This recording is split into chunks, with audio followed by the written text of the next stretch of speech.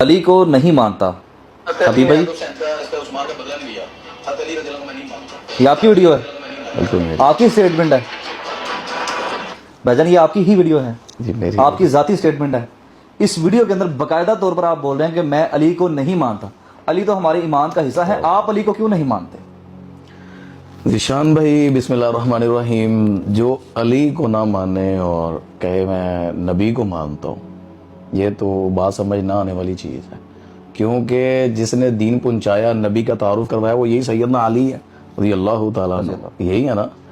میں سمجھتا ہوں کہ یہ ہمارے معاشرے میں یہ جو فتنہ ہے نا میڈیا کا، جس کو جو رنگ دے دے۔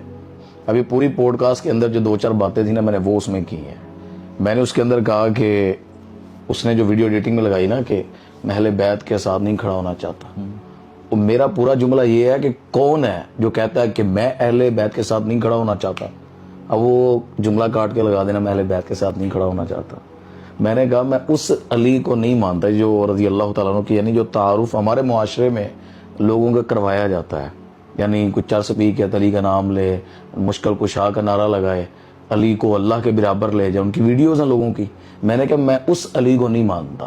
میں جس علی کو جانتا ہوں وہ پاک لوگوں کا علی ہے، وہ نمازیوں کا علی ہے، وہ اللہ کے نبی کا خادم علی ہے، وہ اسلام کا پہرے دار علی ہے۔ یعنی میرا ایمان تو وہی ہے جو امام شافعی نے کہا تھا رحمہ اللہ، غالباً انہی کے الفاظ ہیں، انہوں نے کہا تھا من لم یصلی علیکم لا صلاۃ لہ، جو ان پر درود نہیں پڑتا نا اس گھر پر، اس کی تو نماز ہی نہیں ہوتی ہے۔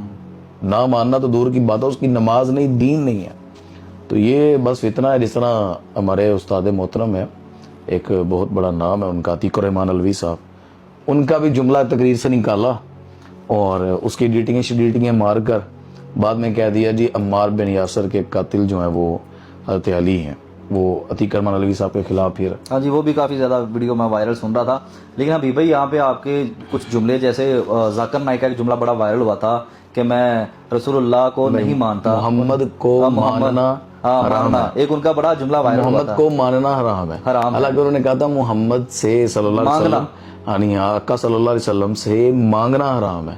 آپ کیا کہتے ہیں کہ نبی صلی اللہ علیہ وسلم سے نہیں مانگنا چاہیے، یا سیدنا علی کو جس طریقے سے یہ ہمارے دوست احباب جو باقی ہمارے یہ مانتے ہیں، جس طریقے سے سیدنا علی کو مشکل کشا، حاجت روا اور مددگار، اولاد دینے والا، اور یہ حضرت علی کو مانتے ہیں، کیا اس طریقے سے علی کو نہیں ماننا چاہیے؟ نہیں، اس کا جواب یہ ہے نا، صاف سی بات ہے، ان کی ڈیوٹی ہے رزق دینے کی، اللہ نے لگائی ہے، یا ان کی ڈیوٹی تھی دعوت پھیلانا، دین پہنچانا، یہ ذمہ داری تھی۔ جس طرح اللہ کے نبی صلی اللہ علیہ وسلم کے بارے میں ہے یا ایھا النبی انا ارسلناک شاہدا ومبشرا ونذیرا وداعیا الی اللہ باذنہ وسراجا منیرا۔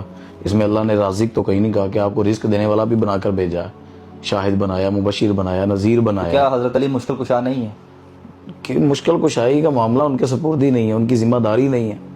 اللہ نے ان کو شیر خدا بنایا، حیدر قرار بنایا، انہوں نے اس کو ثابت کیا۔ انہوں نے، اللہ نے کہا کہ اپنی مال جان لے کر اللہ کے راستے میں جہاد کرو یا قربانیاں دو، انہوں نے دے دی ہے۔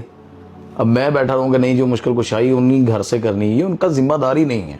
یہ فار ایگزامپل میرا ایک سوال ہے، اگر کوئی ذمہ داری ادا نہ کر سکے، یعنی شخص ہے وہ کہتا ہے یا اللہ مجھے اولاد دے، یا سوریت علی سے کہتا ہے کہ مجھے اولاد دے، اولاد نہیں ملتی ہے، علی قصوروار ہیں کہ نہیں ہے؟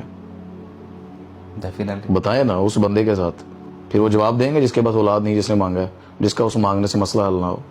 اللہ کا تو معاملہ اللہ نے سمجھایا ہے ہمیں کہ اللہ نے کب دینا ہے، دعا کی قبولیت کا انداز کیا ہے، میں کیا دیتا ہوں۔ 3 طرح دعائیں جو قبول ہوتی ہیں، ضائع دعا کسی کی نہیں ہوتی، یہ تو اللہ سمجھا چکا ہے اپنے بارے میں۔ حتیٰ کہ جوتے کا تسمہ بھی ٹوٹ جاؤ تو کس سے مانگنا ہے؟ اللہ سے مانگنا۔ اب یہ لوگ کہیں گے نہیں، چلے سیدنا علی نے کس سے مدد مانگی تھی، سوال یہ ہے، اللہ سے، تو پھر ہمیں کس سے مانگنی ہے؟ اللہ تعالیٰ۔ یہی مسئلہ ہے کہ بھائی جان وہ اللہ تعالیٰ کی عطا سے مدد کرتے ہیں نا، مطلب ایسے تو نہیں نا کہ ڈائریکٹ سیدنا علی جو ہے وہ اٹھ کے مدد نہیں کرتے، اللہ کی ہی عطا ہے ان کے اوپر۔ یہ اللہ نے انہیں اپنا سفیر اس معاملے میں بنایا ہی نہیں ہے۔ اللہ نے ہماری جو دیکھیں نہیں، جبرائیل علیہ السلام وحی لے کر آتے تھے، وحی کا سوال میکائیل سے ہو سکتا نہیں، وہ جس کی ذمہ داری لگی اسی نے جواب دینا۔ ایسے ہی رزق کے فرشتے اللہ نے ذمہ داری لگائی ہے، انسانوں کی نہیں لگائی۔ وہ صبح اترتے ہیں، شام کو اترتے ہیں۔